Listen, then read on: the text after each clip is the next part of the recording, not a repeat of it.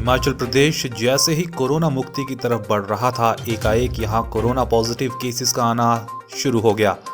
आज यह खबर लिखे जाने तक कांगड़ा में 1 और चंबा में 2 कोरोना पॉजिटिव केस सामने आ चुके हैं। ऐसे में सवाल उठता है कि क्या हम टेस्टिंग सही मात्रा में कर रहे हैं? यही सवाल विपक्ष ने भी उठाना शुरू कर दिया है। प्रदेश कांग्रेस सोशल मीडिया के चेयरमैन और सुजानपुर के कद्दावर नेता और विधायक राजेंद्र राणा के सुपुत्र अभिषेक राणा ने प्रदेश सरकार से पूछा है कि क्या हिमाचल में पर्याप्त मात्रा में टेस्टिंग हो भी रही है या नहीं। उन्होंने कहा कि प्रदेश में प्राइमरी स्तर पर कोरोना का पता लगाने के लिए आंगनवाड़ी वर्कर्स को कहा गया है, जिन्हें इस महामारी का ज्यादा ज्ञान ही नहीं। अभिषेक राणा ने कहा कि लॉकडाउन के बाद बाहर से आने वाले लोगों की नियमित जांच नहीं हुई है। अगर ऐसा हुआ होता तो अचानक प्रदेश के हालात खतरे की ओर नहीं बढ़ते। अभिषेक राणा ने कहा कि प्रदेश में लॉकडाउन के सहारे महामारी से निपटने का मंसूबा बनाए सरकार की मेडिकल स्तर पर महामारी से निपटने की कोई तैयारी ही नहीं है और ना ही थी, जिस कारण प्रदेश में महामारी की चपेट में आने का खतरा लगातार बना है। उन्होंने कहा कि अगर प्रदेश में सही ढंग से टेस्टिंग हुई होती तो हालात फिर से इतने खतरनाक नहीं बनते। प्रदेश सरकार को इस मामले में साउथ कोरिया से सीखने की जरूरत है, जहां हर आदमी की टेस्टिंग करके महामारी को रोकने का कारगर प्रयास किया गया। लेकिन प्रदेश सरकार का मेडिकल सिस्टम अभी तक उन आंगनवाड़ी वर्कर्स के सहारे है, जिन्हें ना तो टेस्टिंग का ज्ञान है, ना ही उनकी टेस्ट करने की कोई क्षमता है। आंगनवाड़ी वर्कर जानकारी देने वालों के सहारे है। अगर किसी ने कहा कि वे बीमार है तो ये जानकारी आगे पहुंचा देंगे और उन्हीं लोगों के सैंपल लिए जाएंगे। अगर किसी ने जानकारी छुपा दी तो इसका पता भी नहीं लगाया जा सकता।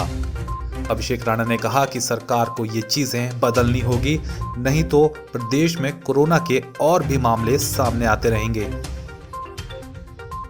लगातार हिमाचल प्रदेश की जो सरकार है वो अपनी पीठ थपथपा रही है कि कोरोना या महामारी को हिमाचल प्रदेश के अंदर एक हद तक उन्होंने रोकने का प्रयास किया है। लेकिन मेरा ये सवाल बार बार सरकार से ये है कि जब टेस्टिंग ही पूरे तरीके से प्रदेश के अंदर नहीं हो पा रही है तो किस बात के लिए वो पीठ थपथपा रहे हैं। इस बीमारी का तो तभी आंकलन हो सकता है जब पूरे तरीके से टेस्टिंग हम प्रदेश में करें। साउथ कोरिया से हमें ये सीख लेनी चाहिए कि जिस प्रकार वहाँ पर डोर टू डोर टेस्टिंग हुई, वहाँ पर हिमाचल प्रदेश के अंदर भी डोर टू डोर टेस्टिंग होनी चाहिए। और जो लोग फ्रंट लाइन में लड़ रहे हैं, चाहे वो पैरामेडिकल स्टाफ्स हैं या डॉक्टर्स हैं या पुलिस कर्मचारी हैं, उनकी तनख्वाहें जो काटी जा रही है वो बहुत निंदनीय है। इस समय इन लोगों को प्रोत्साहित करने की जरूरत है, ना कि प्रताड़ित करने की। सरकार को टेस्टिंग को लेकर जल्द से जल्द कोई ठोस कदम उठाने होंगे। सीएम रिलीफ में जो अभी तक पैसा आया वो कहाँ उपयोग उसका किया जा रहा है और जो विभागों में कटौती की जा रही है पैसे को लेकर वो कहाँ लग रहा है, लोगों को बताना होगा।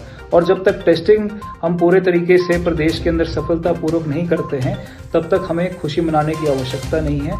यही मैं सरकार को पूछना चाहूँगा और निवेदन करना चाहूँगा कि जल्दी से जल्दी टेस्टिंग को और बढ़ाया जाए।